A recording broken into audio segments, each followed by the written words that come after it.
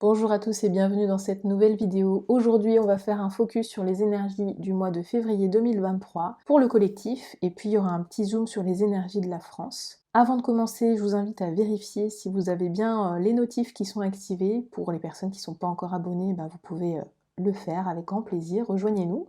Je remercie aussi toujours pour vos commentaires très bienveillants et voilà, je vous embrasse du fond du cœur.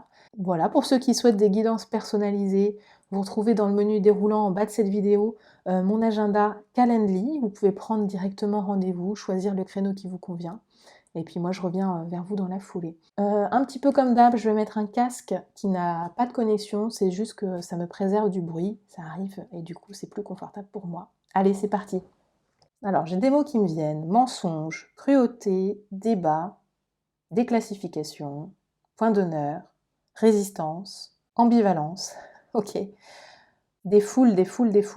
Donc j'ai des foules qui peut nous parler de défouloir, défoulement, et de la foule aussi en tant que telle, peut-être dans certains états, des regroupements de personnes, de manifestations, pour dénoncer des actes parfois de cruauté. Donc là, on parle des femmes qui se révoltent, par exemple, des mouvements comme ça. La jeunesse aussi. Bon, en termes vibratoires, ça va nettoyer. Là, on montre un gros balai qui est en train de nettoyer, enlever la poussière. Et donc, plus ça va, plus il frotte, plus on voit que le carrelage devient de plus en plus rayonnant. Il révèle sa vraie couleur. Bon, dans les énergies, en tous les cas, ça descend énormément. J'ai vraiment des mains en coupe comme ça qui reçoivent un flux qui descend. Comme si les chakras, au niveau du chakra coronal, ça s'ouvrait de plus en plus. Et ça permettait du coup aux énergies célestes de descendre et de venir nous nettoyer aussi. D'accord. Peut-être en lien avec ce balai aussi. Alors, on me montre un sablier. On me dit patience. Et là, c'est comme si ce sablier, il était tenu par une corde en fait au milieu, dans la zone qui se resserre, par une main assez sombre, qui faisait que ce sablier, du coup, ne pouvait plus être dans la bonne posture, n'était plus à la verticale, mais se retrouvait donc à l'horizontale, ce qui fait qu'on avait des ralentissements. Donc on a le sentiment que les choses ralentissent, ça peut coincer, il peut y avoir des imprévus, des retards, un petit peu des bâtons dans les roues, mais dans plein d'aspects de nos vies en fait. Et collectivement aussi, ça se ressent. C'est pas fluide. Donc des perturbations à prévoir sur les trafics, sur les axes de communication aussi. C'est pareil, on a du mal à se comprendre. Dans les aéroports aussi, trafic perturbé. Bon, alors sur le plan collectif, si vraiment on a une étendue, sur une étendue planétaire, j'ai l'impression que soit c'est des déclassifications qui nous parlent d'ufologie, d'ovnis, soit des apparitions qui pourraient avoir lieu. Là, j'ai vraiment l'impression de voir une soucoupe là qui perce l'atmosphère et qui se montre furtivement et qui repart aussitôt. Donc des phénomènes comme ça extraordinaires. Donc ça peut nous parler aussi de la NASA, de révélations de certains de pilotes de ligne, de certaines compagnies. Alors là, je vois un gros orage. On parle de Munich. Bon, je sais pas pourquoi, on parle de Munich. Et dans une ville, en fait, une capitale, dans une ville où il y a du monde. D'accord, gros orage, beaucoup d'eau, grosse déferlante de pluie. Ah, on parle de l'essence aussi. D'accord, des ressources pétrolières, des énergies fossiles, mais de l'essence, du pétrole. Là, je vois une station essence avec le pistolet et ça goutte, mais du coup, comme si ça venait à manquer, entre guillemets. Donc tout ça, ça pourrait faire parler dans le monde, c'est possible. Pas nécessairement qu'en France. Il y a d'autres villes qui pourraient... d'autres endroits qui pourraient être touchés par ça, par ces préoccupations-là. Et on parle de ressources pétrolières. Donc c'est une notion qui pourrait faire parler sur le mois de février 2023, peut-être avec des notions d'accord, de partenariat, de collaboration, pour essayer de rétablir un équilibre pour certaines localisations qui seraient impactées par un manque de ressources. On parle de liquidité ou de liquidation pour certaines grandes entreprises mondiales qui vont toucher le fond, quoi. Il y a vraiment des chutes comme ça. Peut-être au niveau de la bourse aussi, de grandes marques, c'est possible. Oui, on parle de l'économie mondiale, quoi. Février 2023. Alors si on se plonge dans les énergies de la France. La France, c'est l'orage qui gronde, hein. C'est le volcan qui éclate, donc c'est la tempête aussi. C'est un mélange de plein de choses, et tout ça couvert par des gros nuages bien sombres, là. Donc c'est pas très rigolo. Voltige. Ok, on a l'impression que les choses partent en éclats, ça vole dans le mur. Sentiment d'être un peu au cirque et de voir des clowns qui s'agitent là, qui nous font un numéro de voltige. Et en même temps, C'est intéressant, on montre que derrière le rideau du cirque, au-delà de ce spectacle et de ce show, ils font passer des choses derrière le rideau, quoi. Donc est-ce que on est en train de nous dire qu'on va essayer de détourner notre intention et nous jouer un mauvais numéro sur des faits importants? Alors j'ai vraiment cette notion de signature d'accord, de contrat, avec en toile de fond une énergie de feu, de frustration aussi, de colère. Donc ça peut nous parler de toutes ces réformes, des choses, des actes qui sont tamponnés, qui sont validés, quoi, et qui accentuent les mouvements de contestation, les débordements, des litiges, des débats au sein des institutions, comme si on avait voulu faire avaler des couleuvres à certaines personnes qui finissent par se réveiller et à montrer les crocs, montrer les dents. Donc voilà, beaucoup de heurts comme ça au sein des institutions et commencent à se bouffer un peu les uns les autres, des désaccords. On me parle de fonds de commerce et j'ai le sentiment que c'est hyper compliqué pour certains commerçants, effectivement. Je les vois mettre à la poubelle des choses, soit c'est des choses qu'ils n'arrivent pas à produire, ou alors je sais pas, des choses qu'ils n'arrivent pas à vendre. Mais la corde au cou, quoi, c'est hyper... c'est très frustrant. Alors peut-être que là-dessus, il va y avoir une recherche de négociation, de trouver un équilibre pour pallier à leurs difficultés. C'est possible qu'il y ait des discussions qui soient engagées en ce sens avec les institutions pour demander de l'aide, leur venir en soutien. Du point de vue économique, il y a beaucoup de choses qui vont se jouer. C'est comme si on allait devoir aller quémander, c'est ce que j'entends. Et en fait, c'est comme si là, en parallèle avec ça, il y a une grande ambiguïté parce que, ou plutôt un grand paradoxe, je vois quelqu'un qui est une femme qui est en train de se faire les ongles, qui prend du temps, qui prend soin d'elle, et du coup qui paye des services en fait pour son plaisir. Donc comme si elle pouvait se permettre de s'offrir des choses. Donc il y a ce gros décalage qui est présent, quoi. Et on nous montre que les caisses sont vides, que c'est compliqué, et puis en même temps, il y en a qui n'en souffrent pas du tout, quoi. Donc ça, il y a un très gros déséquilibre là-dessus. Et peut-être que ce sera de plus en plus visible, en fait. Ça peut être des affaires aussi qui ressortent en termes de budget, sur des financements peut-être de campagne, des personnalités qui auraient fraudé justement et qui auraient profité en fait de fonds qui ne leur étaient pas dus en réalité.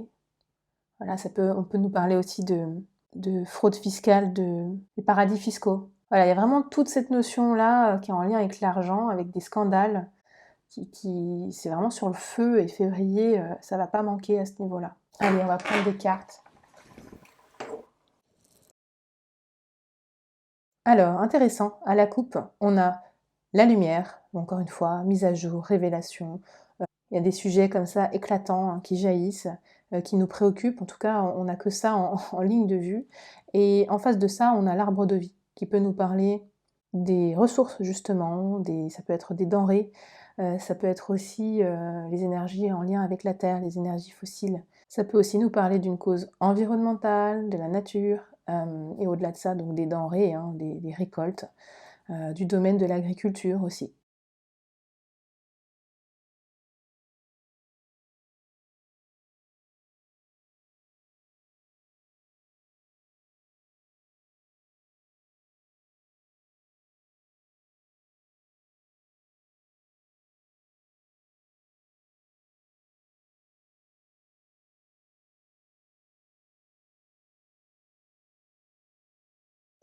Nous avons le domaine de la santé, sous de multiples aspects, qui revient sur le devant de la scène ici, pour ce mois de février 2023. Ça peut nous parler de la santé des Français qui est mise à mal par certains virus. On avait parlé notamment de virus infantile, il me semble, sur la dernière vidéo. Donc c'est pas impossible que ça fasse parler. Ça peut nous parler de pathogènes, de contaminants aussi, de variants. Voilà, d'une forme de mutation comme ça, des virus qui pourraient être un petit peu, qui pourraient malmener un petit peu les Français entre guillemets. Nous avons ensuite l'indécision. L'indécision, c'est ce mouvement d'instabilité qui va se ressentir encore et encore dans les énergies de la France. C'est pour ça qu'il demeure très important de s'ancrer.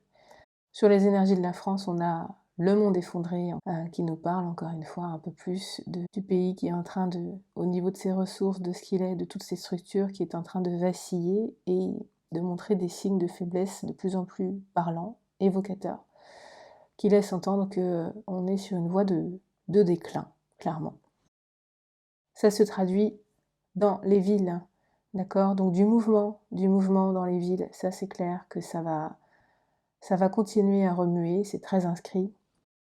Nous avons les arts ici, donc on sent cette volonté, cette effervescence qui nous remue depuis l'intérieur et qui nous pousse à prendre les devants, à vouloir aussi être à l'initiative, créer ce qui nous semble juste, créer dans la direction qui nous appelle, et donc à reprendre le pouvoir en quelque sorte. Ça peut aussi nous parler d'une dimension artistique en tant que telle, avec des professions en lien avec ce domaine-là, le domaine culturel.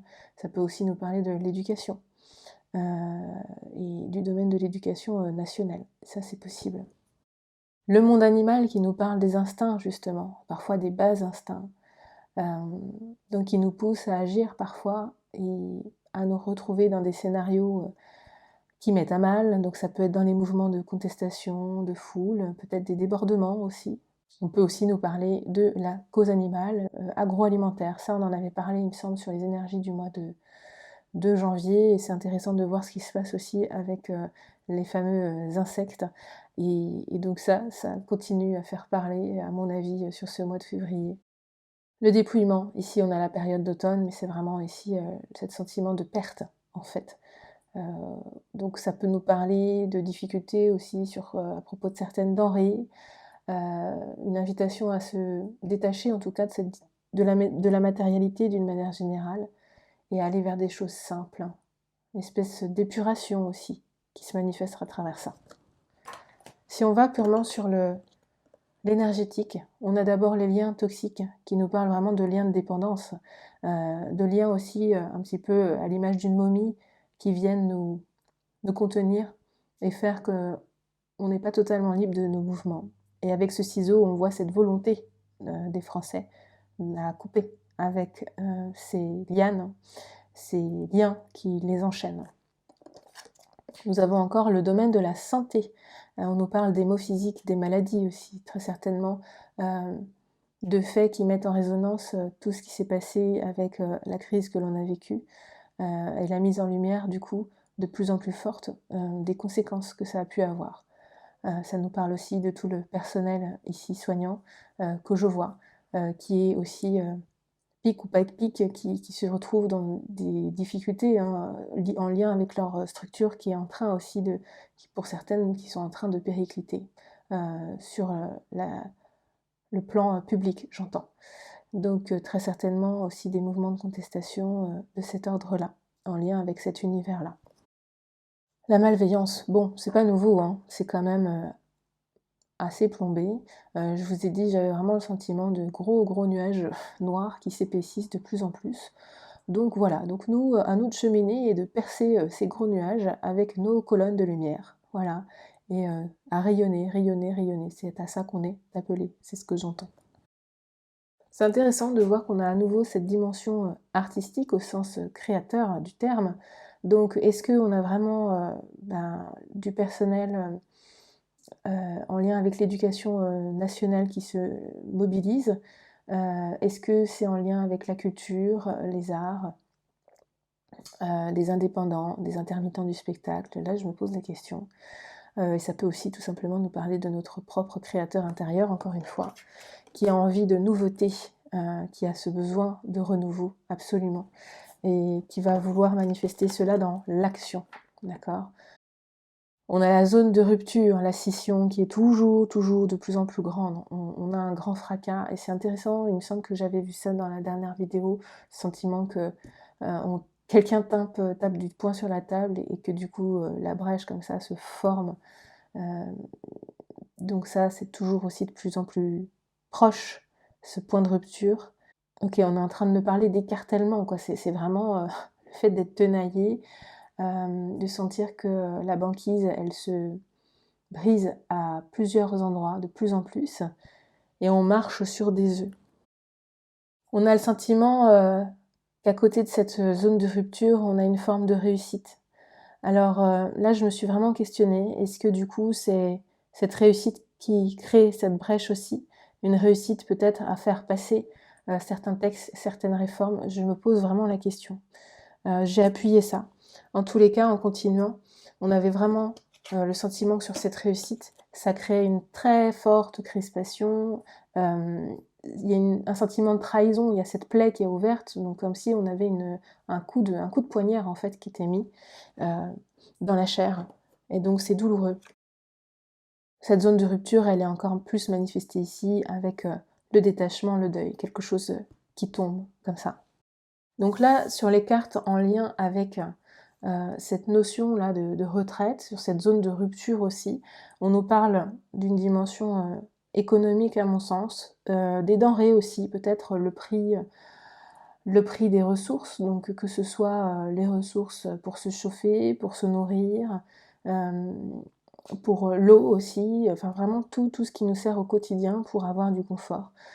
Ça, c'est vraiment mis à mal, il y a une forme d'inconfort qui se retrouve au sein des foyers. Et donc, au sein de ces foyers, on va avoir besoin d'aller voir plus loin. On est curieux de voir ce qui nous attend après, on a besoin de se projeter aussi, de regarder derrière le trou de la serrure, parce que là, pour l'instant, ce qui nous est présenté, c'est quand même un peu morose. J'ai aussi donc l'aspect économique qui est en lien évidemment avec cet épi de blé qui vient être ici manifesté par la ruine, l'état de ruine. Donc on a l'impression que voilà, les poches vides d'un pantalon qui sont ressorties comme ça. L'impression que voilà, on se fait piller de tous les côtés. Et là-dessus, j'ai le poignard, encore une fois, les ennemis. Donc concernant la réforme des retraites, j'ai voulu demander un éclairage, à savoir, est-ce que ce podium qui nous a été présenté est en lien avec le passage de cette réforme? Là-dessus, j'ai quand même une forme de réussite, de succès encore qui est annoncée, quoi. Donc là, je me dis, en tout cas, ils sont pas prêts à lâcher le morceau, ils ont soif de réussite, c'est une évidence. Il pourrait quand même encore y avoir des discussions, des négociations, peut-être un revirement de situation au sens où on modifie encore des choses à la dernière minute. Donc pour moi, c'est pas encore le plan, il n'est pas encore établi et rédigé vraiment dans sa finalité. Il y a encore une petite marge de négociation possible, néanmoins c'est quand même plutôt ancré. Ils ont l'air en tout cas fermement décidés à aller vers leur victoire, on va dire, la concrétisation de ce projet-là. Et ils vont être dans une force d'entrepreneuriat à ce niveau-là. Ils ne comptent pas lâcher les morceaux. Voilà, donc il va y avoir vraiment encore ce bras de fer qui va être très présent là, je pense sur ce mois de février. Mais en face de nous, on a quand même des personnes fortement décidées, hein, ça c'est clair. Ils ne sont pas prêts à revenir en arrière, un petit peu à l'image aussi de ce qu'on a vécu pendant la crise. On faisait un pas en avant, on nous faisait miroiter un peu quelque chose, puis au final, paf, ça a fini par se mettre en place, quoi. Donc on est un peu sur cette même vibration-là. Donc j'ai demandé encore un petit éclairage pour poursuivre sur les énergies de la France.